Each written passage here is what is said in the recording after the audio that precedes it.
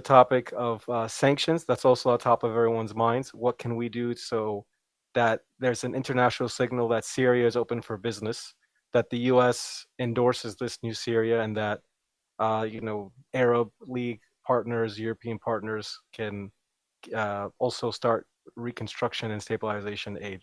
So in the short term, what that means is we'd like to get a general license out there from the State Department, like after during the earthquake in 2023, just so that NGOs do not have to fear. Oh, am I in regime-held territory? Is this under HTS? Is that? Just want to get everything calmed down. And additionally, we are pushing so that there is an emergency funding boost. Similarly, as happened after the earthquake, Blinken announced $100 million in humanitarian aid boost, as well as $86 million for search and rescue. So we think a similar package would merit this occasion. And lastly, just trying to push the rest of the region. Like, this is the opportunity for the Arab League to really bring back this new democratic, inclusive Syria, inshallah, to be a part of negotiations in the region on all things that are top of mind. Thank you, Alberto. Alberto, sometimes people bring up the subject of the Caesar Law. Can you give people some background about Caesar and how it played a role in recent history? Sure. So the Caesar Act came into law back in, I believe, 2019 at the end of December. It was named after a regime defector named Caesar who bravely escaped the regime and took with him photos of, unfortunately, many innocent civilians and political prisoners who were essentially tortured and slaughtered in the regime prisons. And in the past few days, we're seeing more and more of what was revealed on that day, just horrific images. There was a lot of doubt cast by pro-regime voices on the images that were coming out from Caesar and from other reports about the atrocities that the regime had committed. But this seems to finally be like a vindication moment. I sure hope so. Unfortunately, I'm already seeing, other conspiracy theories, but I'd rather not repeat them. But I'll say, it shook me to the core this weekend, and to quote someone else, it sort of stole the joy of the moment. Mm-hmm. But I would say, because I think for a long time, some people who were either with good intentions or otherwise felt that the Caesar Act and the entire push towards, a sanctions regime, which at the end of the day, the point of the sanctions regime was to disarm Assad's war machine and stop him from killing civilians. It was called the Syrian Civilian Protection Act. So I think a lot of detractors felt that it was unnecessary or it would harm the people or so on and so forth. But I think looking at the fact that this regime collapsed in 11 days and was unable to put up any sort of military fight can sort of point to perhaps it was working.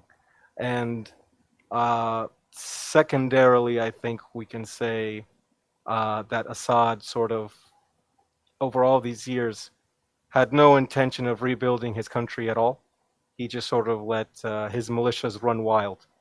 And I think it's not so much as necessarily Assad's intention. I think Assad was incompetent and forewent any authority that he had in the country the moment that Iranian and Russian military stepped in.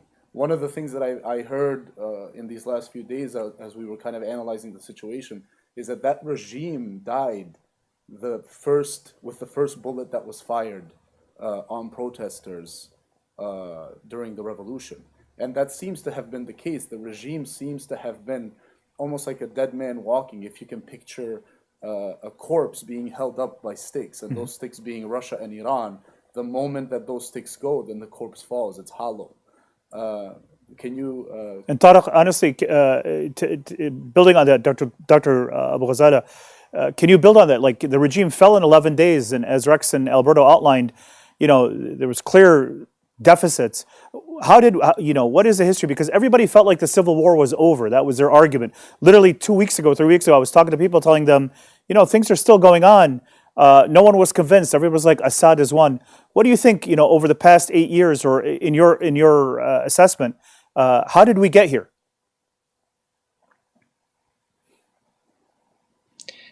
What happened was that the rebels for the past few years had been quietly rebuilding their strength.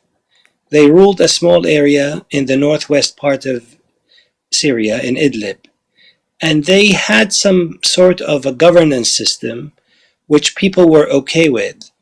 They even we know that there were people leaving the regime areas and migrating to the Idlib areas in the northwest. That's one thing.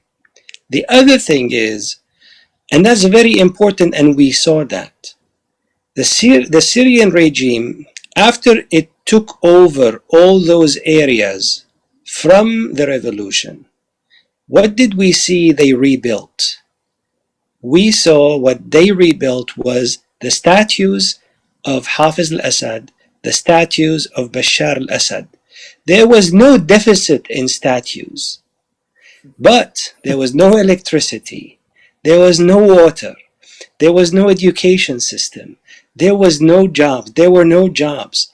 The lira, which is the official currency of Syria, was in free fall. Like it went down, like from, we know, like it used to be four liras for $1 like 50 years ago, down to 50 when Rifat al-Assad left, down to 100 when the revolution started, and then 4,000, then 15,000. So really, Assad was only interested in rebuilding the statues that were brought down with the first phase of the revolution in 2011. It was pathetic. The people there, when you look at it, you see the pictures of Bashar al-Assad, you see the pictures of Hafez al-Assad. Those themselves were only used to prop fear in the hearts of the population. So, when the freedom fighters went and swept into Aleppo, first they swept into the countryside of Idlib, then the countryside of Aleppo, then they went into the heart of Aleppo. The people just opened for them. Why? Because all that was rebuilt were the statues of Assad. So you had good preparation by those forces, countering the opening of the hearts and minds of the people to them. And that's very important, that there was a change in the way they went in. They were not going in to slaughter people like the propaganda had been like disseminated before. They did not like harm an insect. They did not harm anybody. They said everybody can keep their old like services. They can go ahead and keep their jobs. In fact, they said, we need you to go to your jobs. They brought bread from Idlib coming in. They brought all those people that know how to bake bread in bakeries, started to bake bread and distribute that. So those people saw within 24 to 48 hours a major shift, and then as a result you see all those statues crumbling. This is, I think, what happened. Those 11 years or 12 years that the revolution stumbled on was that it was readying the Syrian population to know how to deal with each.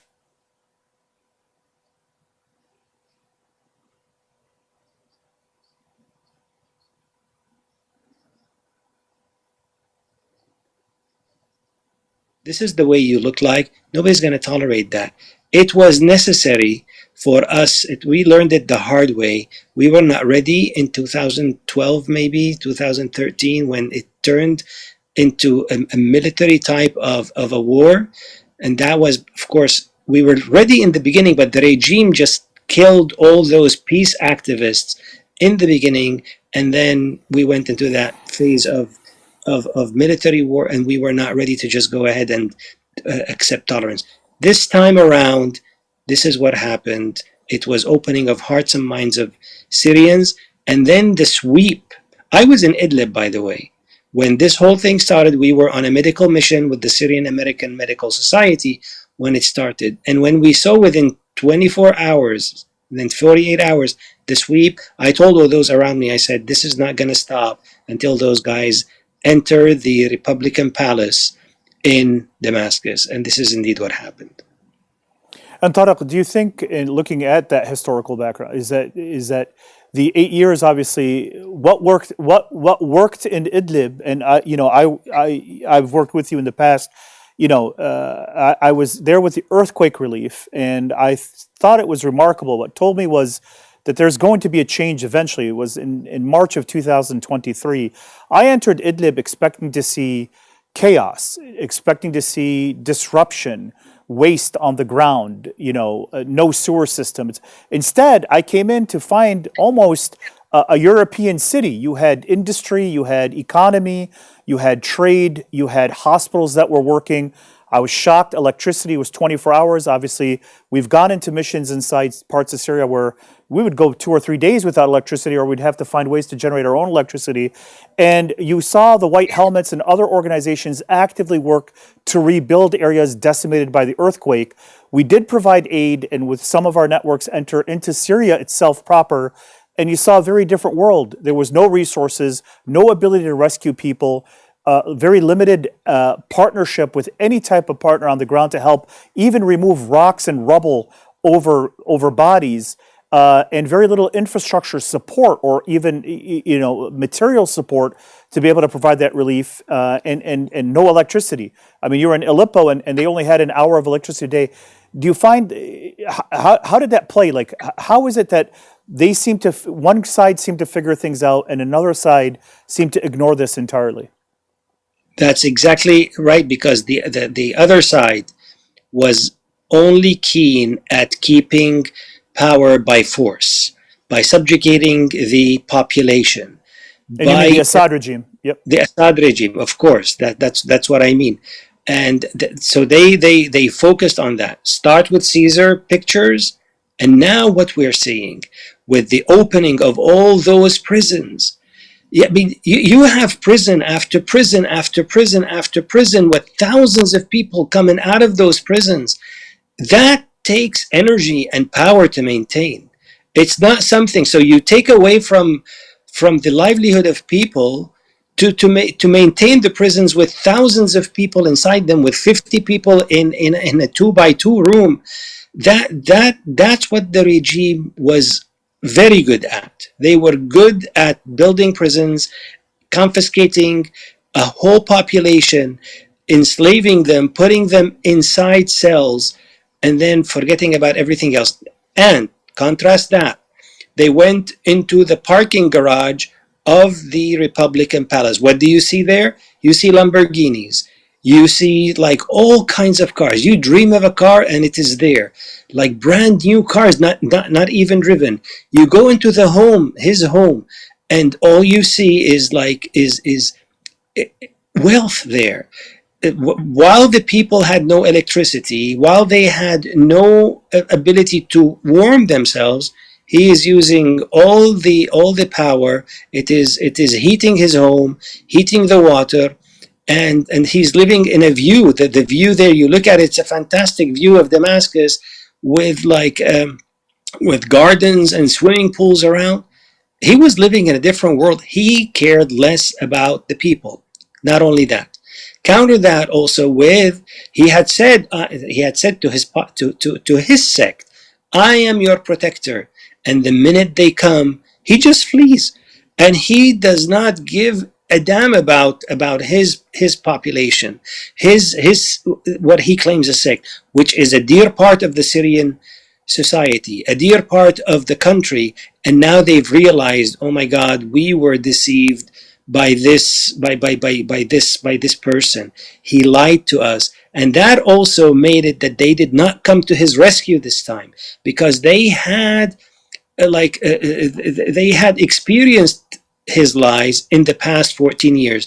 He took their young men and put them into the fire and got them killed by the scores during this war. Didn't care a bit about them. What would he give them in return?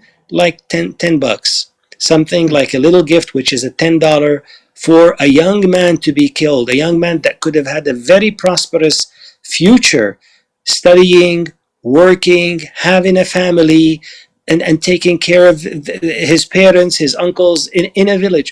He didn't do that. So this time they never came to his rescue. They just abandoned him. And we saw this happening. So this is what happened, I think. If you contrast that with what happened in Idlib, I think what is going to happen now in the rest of Syria is the good form of governance where people are going to elect, and I hope this happens, are going to elect their representatives, their true representatives, to some sort of a body, which is maybe a representative body and a Senate body that deals with the people's needs, that deals with where the money is going to be spent. The money is not going to be spent on statues. It is going to be spent on education. It is going to be spent on healthcare sector. And another thing, you know how we were surprised. I mean, I was surprised. All of us were stunned by the events of the past 12 days. And I wrote even an article. I published it on my Facebook page. I said, why were Syrians stunned? The Syrians, as they fasten the slow moving time. The reason is because we did not believe in ourselves. We had something called the imposter syndrome, that we felt, oh, we don't deserve this. Maybe because of what happened in the past 13 years. But if you look at it, look at what the Syrians in the diaspora and in the liberated areas built. You just mentioned the white helmets. It's a world class like operation that Yeah. can go into earthquake zones. Look at SAMS. They build hospitals in war zones. Look at the Syrian Forum. They built one organization after the other. And Alberto, building on Dr. Abu Ghazala's comments, you've been there in Congress, in the halls of Congress. Very commonly, people, and you and I have heard this as we've worked to lobby about the situation in Syria. Is that, oh well, we got to protect the minorities. But the intriguing thing is, as early as last year, or I mean, obviously as early as decades ago, we knew that he was never protecting the minorities. But the Druze community in Sweden actually began vocally opposing the regime, and this happened in the summer of 2023. I know. You worked with several people on the ground there. How were you able to work with Congress and coordinate and deliver the message about the realities of the Assad regime and what needed to be done moving forward for the Syrian for Syria, for the Syrian country? Sure. So in that particular case, after the people of Sueda stood up and said enough is enough, we organized first a um, webinar for DC policy contacts, so staffers in Congress, different embassies, so on and so forth, could join, as we had a spokesperson who for the Sheikh of the Druze community uh, go ahead and speak, as well as other Druze intellectuals, revolutionaries. And similarly, we brought said spokesperson to the White House and to the State Department to sort of deliver the message directly. And similarly, this week, we're hosting a similar webinar for the Christian leaders, the religious leaders, and also community lay people of Aleppo. Of course, that was originally scheduled, when it was only Aleppo that had risen. But still, nonetheless, it's a message that people in DC want to hear. And we see many members of Congress in their statements and in our interactions their desire to see an equitable Syria moving forward.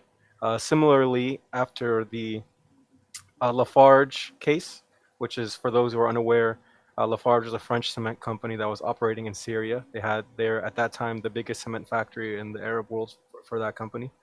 Unfortunately, it was in a zone that later became an ISIS hotbed.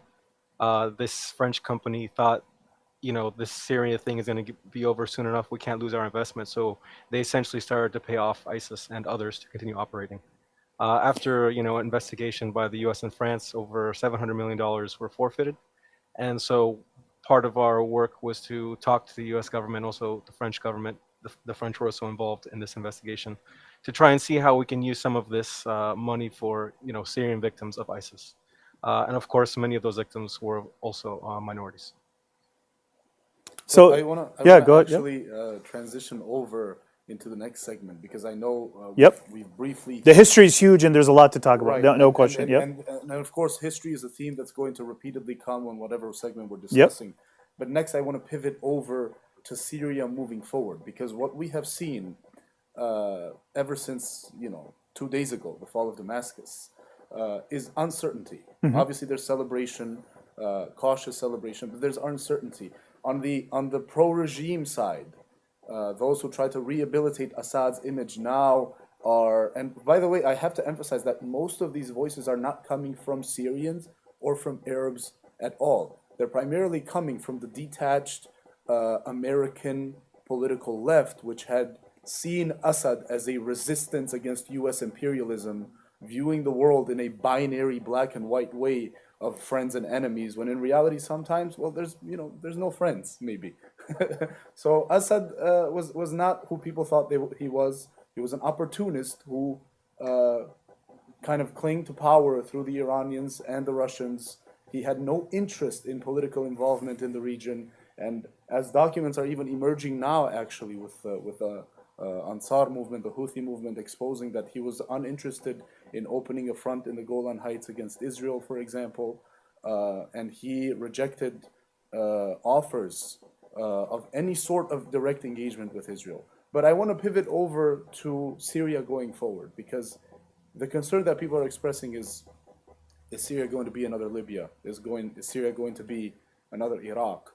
One thing I tell people of that kind of concern, I say, well, my dear brother or sister, you have been blind to the fact that Syria has actually been a Libya so far. Correct. Correct. This is a process of renewal now. Yep. Syria detached itself from the chaos and the incompetency that the Assad regime had brought with it. And now it finds itself in a sort of no man's land. It is definitely uncharted territory, but in a sort of way, this is somewhat prophetic. When you detach yourself from the existing power structures of oppression and tyranny, there is a no man's land period where you will be delivered thereon into success, inshallah. And this is what we hope to see for Syria. Dr. Khatranji, you've been on humanitarian missions. Dr. Abu Ghazala, you've been on humanitarian missions. How do you see Syria rebuilding? For me, there's one of the beauties of Syria is the fact that it's diverse. It's always been diverse. And historically, Syrians' diversity has actually been its strength. It's only in these past 50 years that the diversity has been manipulated to try to pit one group against another in an attempt, and unfortunately, it was successful for a period of time to maintain a certain family to put itself in power. I think Dr. Abu Ghazala put it beautifully, is that despite him supposedly advocating that he's the defender of even the Alawites, he failed miserably in that. As soon as anything threatened his own personal autonomy or his family's, they would sell the Alawite community as quickly as they would sell any other community. He ran without even issuing a statement Correct. to those he claimed to Correct, represent. correct. So moving forward, I think what it is that the Syrians have to rediscover themselves again. It's almost like go back to what made us strong. Go back to the coalitions that existed in the past very often. And look, Syria is, wherever you go in Syria, if you just dig a few feet, you're going to find a new civilization. That tells you that Syrians are an industrial people, a very capable people, and that resource it's their capacity. If you find Syrians anywhere in the world, you very often find them as captains of industry, right? You're going to find them in Silicon Valley, you're going to find them in Paris, you're going to find them in Moscow. Wherever a Syrian goes, you'll find that they've opened up a restaurant, they've opened up a business, they've opened up a construction company. And so the key here is then for the Syrians to come together and say, look, we gotta put the past in the past. If we're going to go for reprisals or things, you're never going to move forward trying to fix the past. The only way you move forward is to say, you know what? Everything in the past is done. It's over. The next step now is how do we coalesce? How do we bring in proper representation? How do we make sure everybody gets a voice? It's not going to be easy, but there's been a trial period. The different parts of the country where they've worked amongst themselves have managed to create coalitions with different groups. And I think now the key here is now to bring those structures to communicate together again. I think Alberto mentioned an important thing is to try to get the European Union and the United States At the very least, if they don't want to aid, allow Syrians from all over the world to provide aid and assistance to Syrians inside Syria. Let us be able to invest into our own country again. Obviously, I'm a very proud American, born and raised, right? But I'm also very proud that I have a Syrian background. I'd like to be able to know that if I buy a city in a home in Hama, right, that I can do that without fear of the Treasury being concerned about that transfer. Because that would empower people. There's resources and networks that exist. So I think the other thing is Idlib has a great relationship with Turkey, and I think that relationship can also provide some of the infrastructure needs to keep it connected, right? And since electricity, the power grids, the cellular phone grids, even right now, they're connected largely to the Turkish grid. I think that type of partnership has to be maintained and extended to the remainder of the country. That's my opinion, and I defer to Dr. Abu Ghazala and Alberto if they have anything different. I would want to add to that is something called the resiliency of the Syrian people. If I've lived in Damascus, I was born there, I lived there like my childhood. When the summer comes, everybody knows, the father would take their kids, the boys, with them to work. They would go to the shops and he would just start entrusting them. You go collect, for example, the debt we have, go get me this thing, go deliver this. And they start knowing how to deal, how to sell, how to buy. This is what they do. And they do that like summer in, summer out. The minute they school finishes, they go with their parent, with their dad, and they start working. So they've been able to do this sort of business from when they were like children. The other thing is the inclusivity of the Syrian people. Syrian people are very charity driven. And not only charity. So sometimes you see somebody and you want to give him like $1. They don't do it that way. They go ahead and give that dollar in some sort of a gift box. I'll give you an example. In Syria, in restaurants, after people have eaten the meal, there are the leftovers, and those leftovers have not been touched. Instead of throwing them in the basket, in the wastebasket, they take them, whatever's not being touched, it gets repackaged in a very beautiful way. And it's so to preserve what is called preserving the grace. And they give it to needy people in a very beautiful way. It's called Hifz al-Name. This became an industry where people started donating to facilitate that thing, facilitate the protection or protecting, preserving the grace. And that fed a lot of people. So that's why you don't see usually poor people.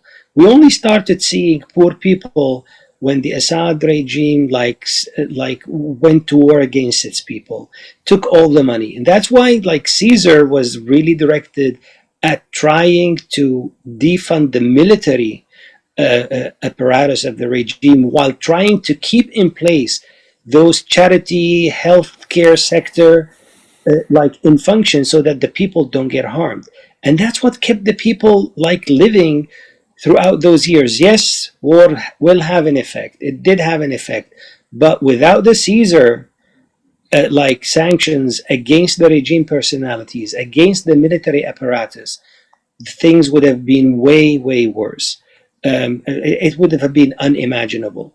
That's one thing. The other thing is, and this takes me back into history, when did this whole thing start? This thing did not start with like Hafez Assad taking power in 1970. This had taken place way before that. Syria was a country in the Levant, and the Levant was one country. After World War I and the fall of the Ottoman Empire and the victory of the Allies, Syria, the Greater Syria, which is Syria, Lebanon, Jordan, and Palestine, was partitioned by the like victorious forces then, France and England, Great Britain, by a treaty called the Sykes-Picot Treaty in 1916. It was a secret treaty. Nobody knew about it until the Russians, which were a part of that treaty, had abandoned it, and they publicized it after the 1917 revolution. So while in like the British unified India, which was like 100 countries, they went to the Levant, which was one country, and they partitioned it, and that causes like a chasm between like civil society there.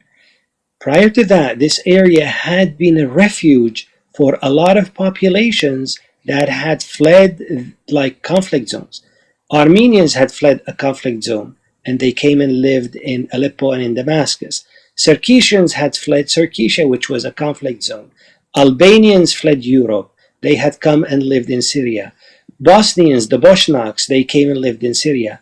The Dagestanis, they fled and they came. The Chechens had come and they were welcomed with open arms. And I will add to that Jews that were being persecuted through a vicious anti-Semitic war on them in Europe and in Russia started to immigrating to the Levant in the late 1800s and the early 1900s, and they were received with open arms.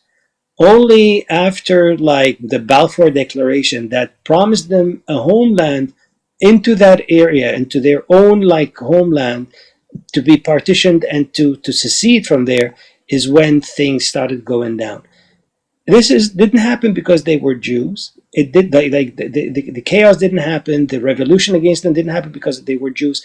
It happened because they were trying to take a piece of the land and make it their own. Had Balfour given his declaration to the Armenians, the same thing would have happened. Had he given it to the Circassians, people would have gone out and said, "You don't have the right to have your own. We live here all together. We help each other. We assimilate." It was a real melting pot.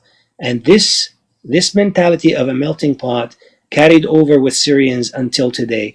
And what we saw in the past 10 days is the effects of a true melting pot where all Syrians are واحد واحد واحد الشعب السوري واحد. We are one united people. We saw that in action.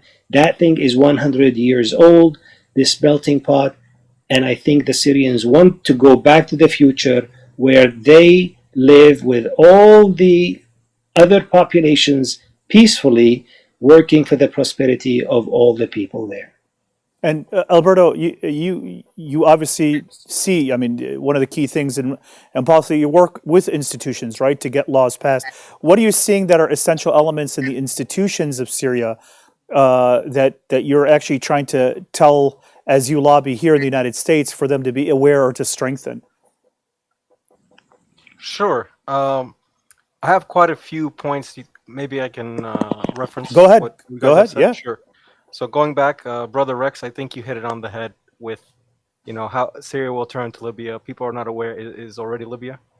I had a staffer last Friday say, "Oh, don't you think different military factions with different agendas are going to start duking it out?" I'm like, I don't know what have been seeing so far, What's been going on the and past 14 years? and I'm like, and what we're seeing here is right.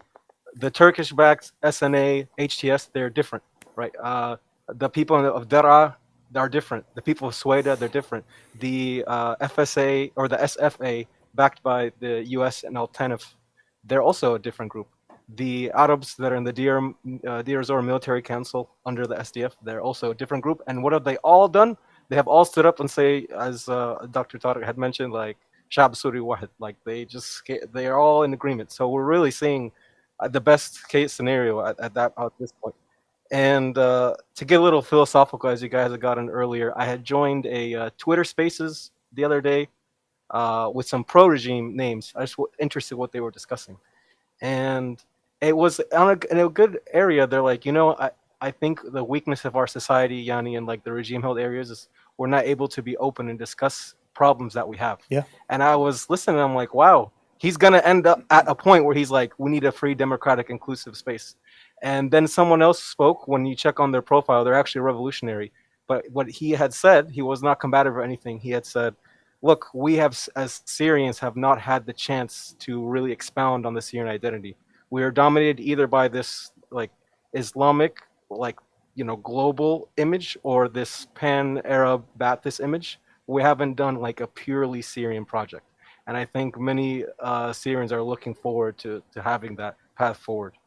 But now getting into some of the nitty gritty of what's to come. I think number one is going to be how to get foreign investment, and by foreign investment, as Dr. K said, the Syrian diaspora foreign investment.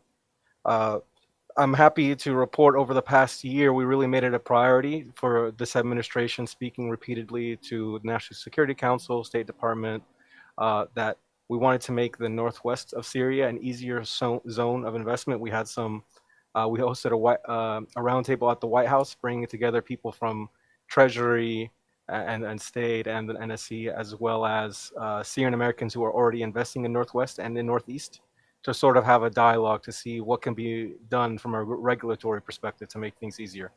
And just 2 weeks ago, actually, yes, 2 weeks ago, we were sitting with the State Department with their new Deputy Assistant Secretary for Syria and the Levant, and she asked us repeatedly, like, please tell me what are concrete things I can do to make investment easier. We had some big investors there, and they told us at that time, Syrian, Turkish businessmen in Turkey, there are so many that were wanting to move their businesses to Idlib and to Aleppo. And I can only imagine that number has grown now with the events that have occurred in the past 2 weeks. And similarly, we can expect millions of Syrians who are ready to return from Lebanon, from Jordan, from Turkey. And interestingly enough, the German Medical Society has issued a warning, that their medical system is about to collapse with all the Syrian doctors that are about to go back. They're actually like trying to figure out what they can do. Yep. So, and others in Egypt have said, the cuisine in Egypt is about to get a lot worse now that a lot of Syrians are going back. Uh, but I think so. And the last thing I'll note here, and Dr. K, I'll speak more with you about this, but we want to take advantage of this administration that's coming up that is business focused, that is into crypto and embracing it, where we need to get as many Syrians to have bank accounts as possible. Right now, as you guys had mentioned, they were kind of in different zones and like different legal frameworks, and it's going to take some time to sort of undo literally decades of like state sponsor of terrorism sanctions. But in the meantime, we think crypto is a flexible technology, and this is an open administration that like we can work something out. There have been models of success in Somaliland, for example, using sort of these electronic transfer payments. Yep. But we think once that key is unlocked, like the Syrians can rebuild Syria. There's no doubt about that. And based on that, I mean, I echo that sentiment. I think that's the key. I think that the critical thing during this expansion is infrastructure was not destroyed, right? Dams were not destroyed, electrical grids were not destroyed, wells were not poisoned, right? There was a systemic preservation. There was, to me, a remarkable amount of intelligence that encouraged people who had jobs, especially in industry, infrastructure, to keep going back. Civil engineers were encouraged, go back to work. If you haven't been paid, we're going to cover your salary. And very often, the payment was actually in excess of what they were used to over the past decade under the Assad regime. And I really think that's one of the critical points, right? That infrastructure was preserved, and there was numerous mentions that do not strike, do not loot, do not go into government buildings. These are institutions. We need to preserve institutions. So there was an intellectual, at the very least, an intellectual awareness on the part of several groups represented by Jolani and others to say, hey, look, we've got to be conscious that you don't want to rebuild what's already there. We just have to improve it or build upon it. So I really felt that there was a strength in that strategy, and that leads to two questions. And Tariq and Alberto, I kind of go to you, Rex. I really believe that the election of Trump was instrumental in letting Syria happen. I felt like that was a change. That there was a change, and there was no more the idea of crippling policy, like a paralyzed analysis. There was suddenly this openness to say, okay, like you saw the tweet by President Trump. You know what? This is not our fight. Let them fight it out. Let's see who wins. We'll deal with it once there's clarity moving forward. It was almost a refreshing position, and that would,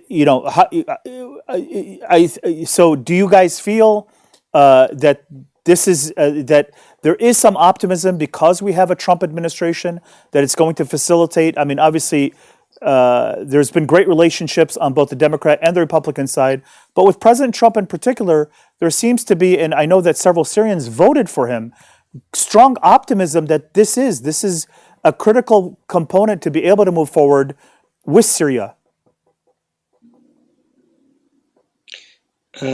I believe the critical component are going to be the Syrians themselves. Mm-hmm. The Syrians are going to dictate how world powers deal with them. Yes, I mean, President-elect Trump tweeted that we have nothing to do with this, but the ball had already, like, the train had left the station. They were already knocking on the doors of Damascus. So his tweet did not, like, in any way help in toppling Assad. The Syrians have to believe in themselves. What they do is going to affect, like, how the international community deals with them. And as Alberto said, we need trade.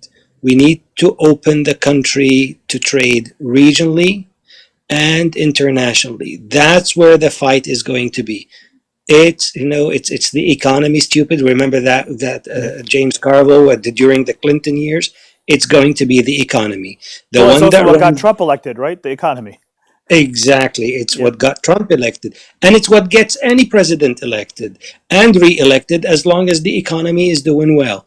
This thing is going to be economy, and the economy is going to revolve around three things: around the healthcare sector, around education, and around getting jobs for people. We have to focus on this. It should not, like, focus on what people should dress like, what they do in their, like, private lives.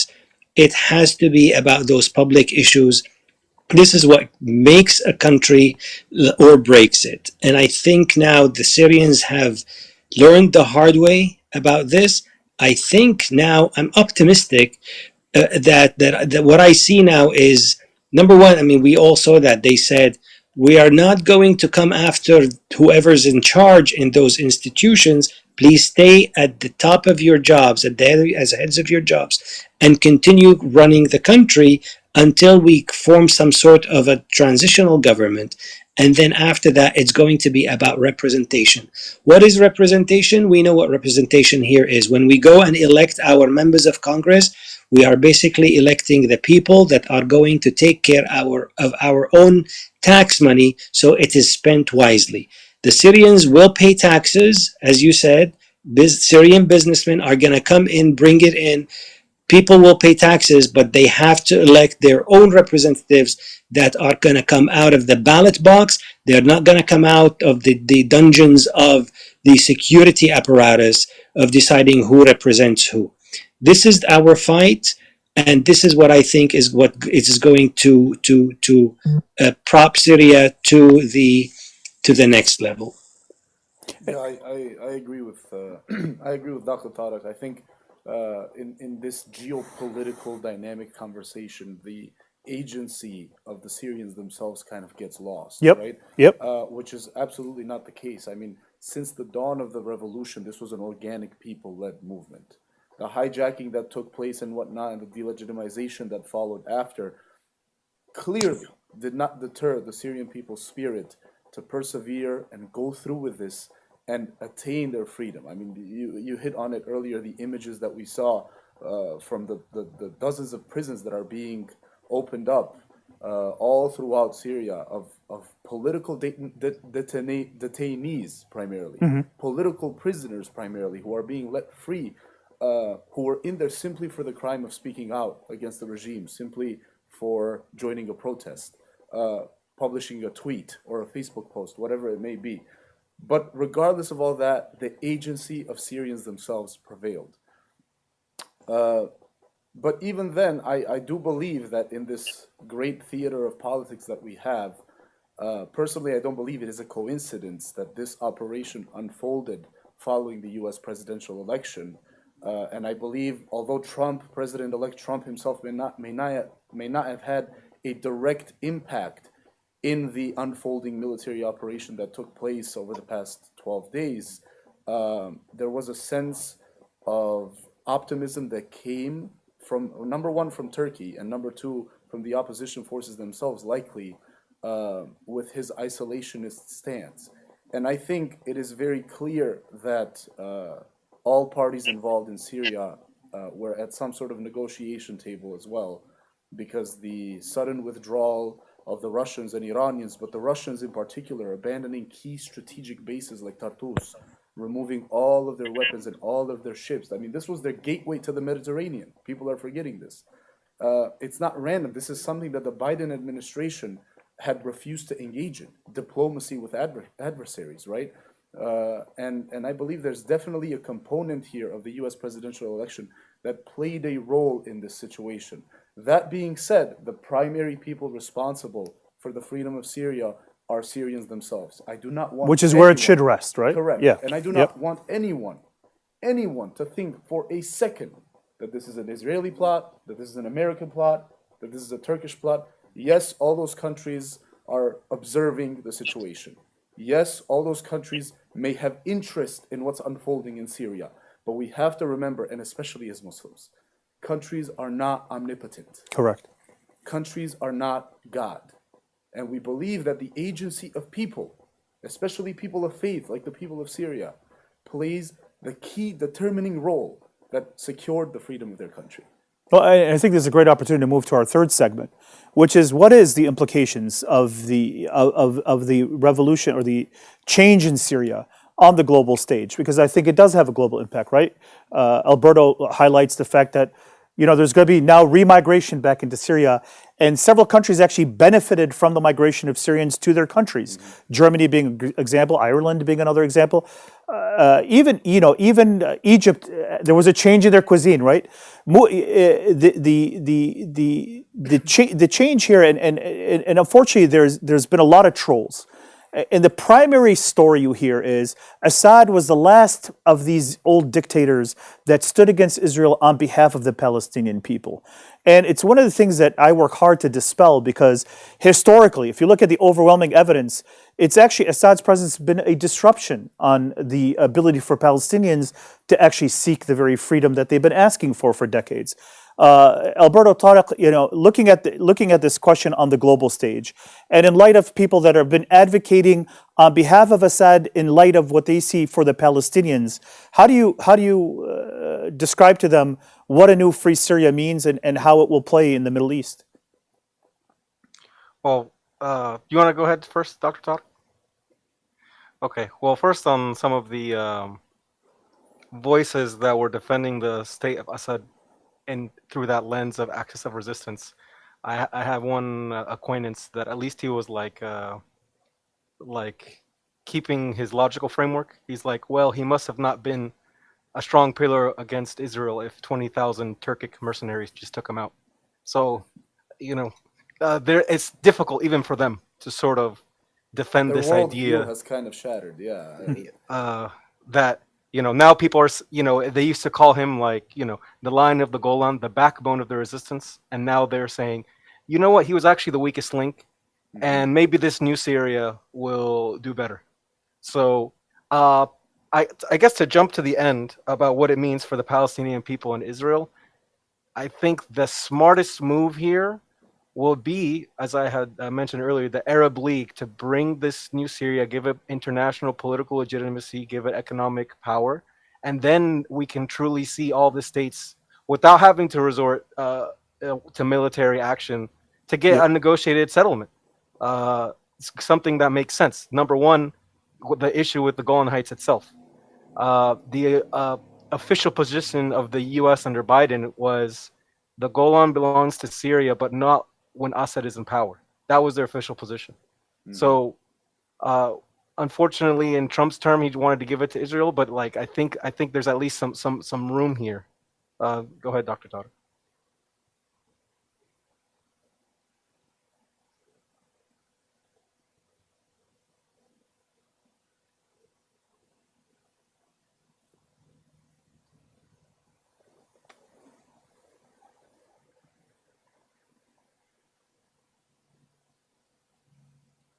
Netanyahu, Ben Gvir, Smotrich, they believe that this is prime time for them to start expanding. We saw that during the debates of the American presidential elections. We saw Waltz saying that, oh, this needs Israel needs to expand. We saw Trump say, oh, the size of Israel, I looked at it in the map, it is small, it needs to increase, let's increase it. Of course, at the time when this was done, this was said in September, nobody had Syria on the map thinking about it. Nobody thought that the Syrians are going to liberate themselves. Gaza was like the Gaza war was taking place at the time. The genocide in Gaza was taking place, and you had Netanyahu dictating to the White House what to do, and they said that we're going to get the weapons, and they were going ahead and putting forth like plans in action to get more and more land. We saw them go ahead and go into Lebanon, push Hezbollah all the way like 40 kilometers up, and say this is going to be ours. There are plans now in motion to annex the West Bank. And now what we're seeing is plans to annex the Golan Heights, not only that, to go in all the way, come close to Damascus. I believe that this ultra right believes this is their moment. This is the dawn of their age where they're going to go ahead, expand Syria, expand their kingdom in order for the Messiah to come back. And they are supported somehow by the Christian right, the evangelical Christian right. I think it is incumbent on us now to engage with the Christian right and tell them, hey, come visit Syria. Look for yourselves of the inclusivity there. This is not right. You cannot just go ahead and help weaponize a nation to go ahead and eat the land of other nations one after the other. We have to take that very, very seriously. We've seen now Israel bombing multiple locations in Syria. Their eyes are on Damascus. I think the Syrians have to come to the recognition that we need to go ahead and protect the sanctity of the land. That is going to be the next fight. So I think You know, we have a couple of minutes here, and before we have to wrap up, and just so real quick, what about in terms of larger implications with like Russia? Russia has bases in Syria, or the role of where Syria allies itself as it moves forward. Obviously, the Syrians are building their own country. we also have the Turks as a key I regional think player. the Turks have been, to me, a great friend to Syria, right? In terms of history, in modern Well, history. they were also the only country that kept a lifeline for the Syrian For the opposition. Syria to exist. Yes, while everyone else was rehabilitating the regime in Assad's image as Yep. well. So Alberto, where do you think, like, very briefly, because we only have a couple minutes Sure. left, like, I know, and for our viewers, I know there's 1,000 subjects we can hit, and we'd love to spend several hours with you. And stay tuned to Amin Media. We will provide more, not only on Syria but other countries. But Alberto, can you just briefly say how will Syria align itself in the global neighborhood? Sure, that's a big question on everyone's mind, especially in the long term. But to say a bit, as mentioned earlier, Turkey, I think, is a big winner here. They've proven themselves to be stronger than Russia, which was not the case back in 2019. When the first time the Assad regime tried to take all of Idlib, Turkey sort of pushed back, and there was a Russian-Turkish brokered ceasefire. But at that time, Turkey went to the world stage and said, "We need a no-fly zone in Idlib. We need to protect civilians." No one really listened, and Russia was really in command. Now we see the flip side.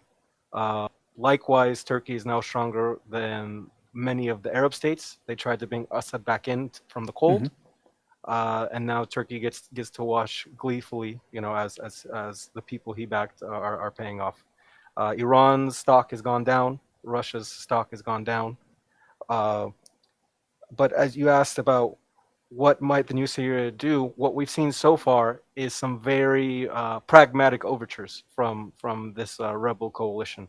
They've given public statements early on to the country of Iraq, to the country of Russia, saying our fight is not with you, it's with the Assad regime.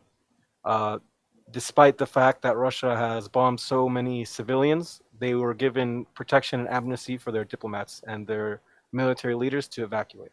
Uh, this is something that, you know, the biggest naysayers of this Syrian movement could not even comprehend. Their mind would explode because they call everyone like a head chopper.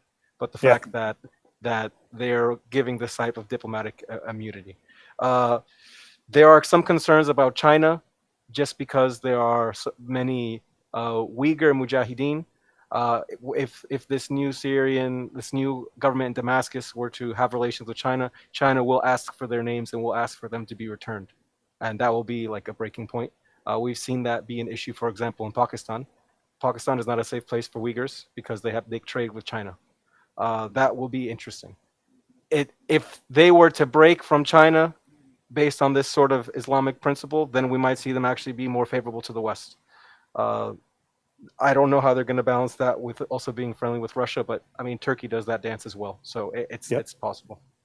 I Tariq, think Well, any last? yeah, Go ahead. go ahead. no, please. I'll like Any last words, Dr. Tariq? Yep. speak. Just briefly. We only have a few. Yep. We only have a few seconds.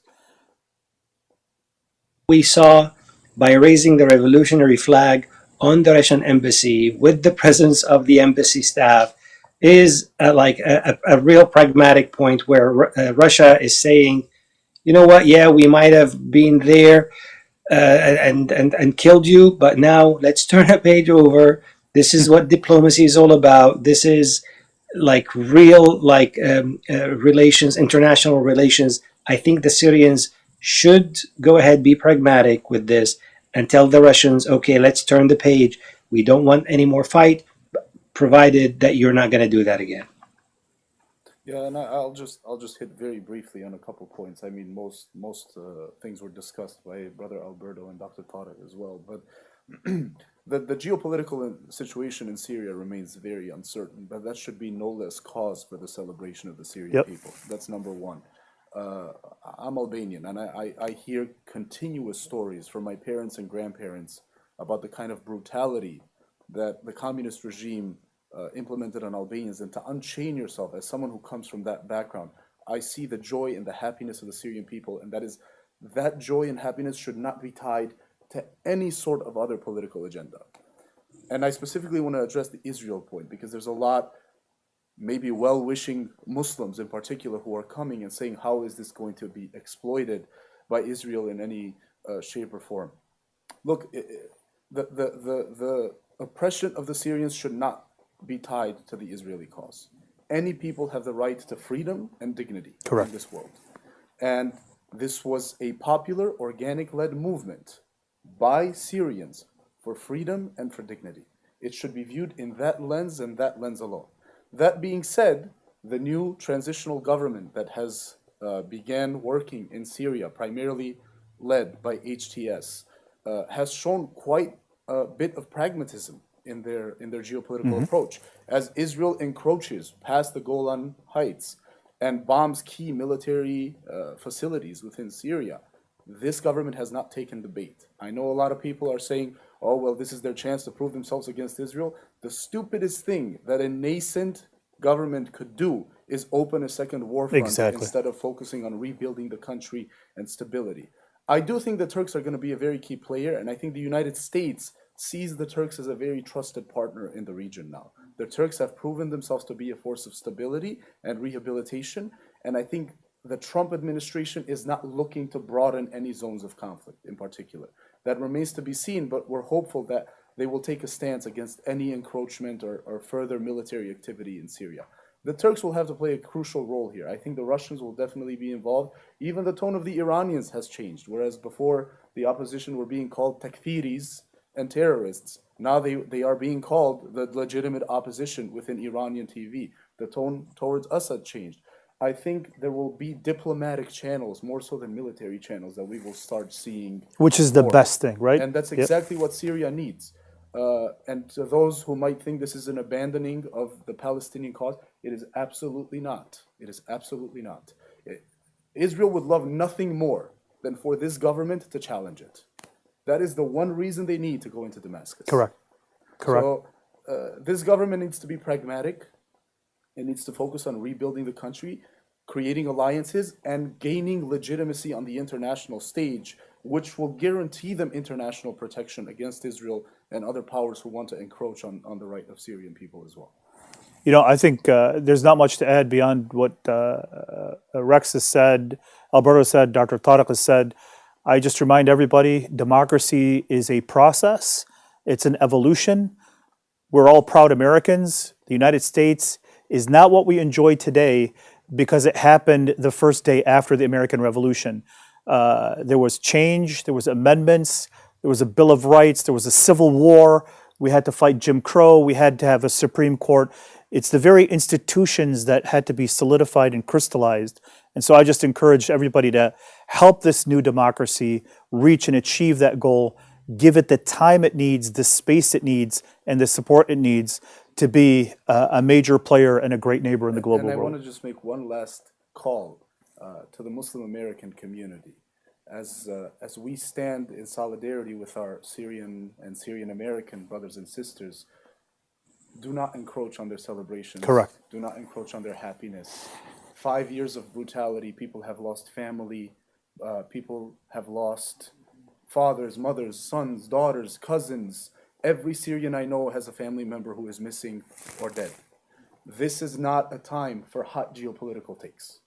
This is not a time to microanalyze what the situation is going to be in the future. This is a time for us as Muslim Americans to unite and pledge our support for the success of a free and dignified Syria and Syrian people. And with that, I want to extend my personal congratulations. I consider myself half Syrian. I'm married to a Syrian, and he's married to a Syrian and makes him Syrian. That's it. I have a half Syrian daughter who's named after Sham. Hey, what? And the congratulations of Amin as an organization to the Syrian people who've endured so much and sacrificed so much, and we're hoping for them to be an example for the rest of the Muslim world to unshackle themselves as well. Alberto Hernandez, Dr. Tariq Abu Ghazala, and to all our viewers, thank you very much for joining us, and we will see you soon. Assalamu alaikum.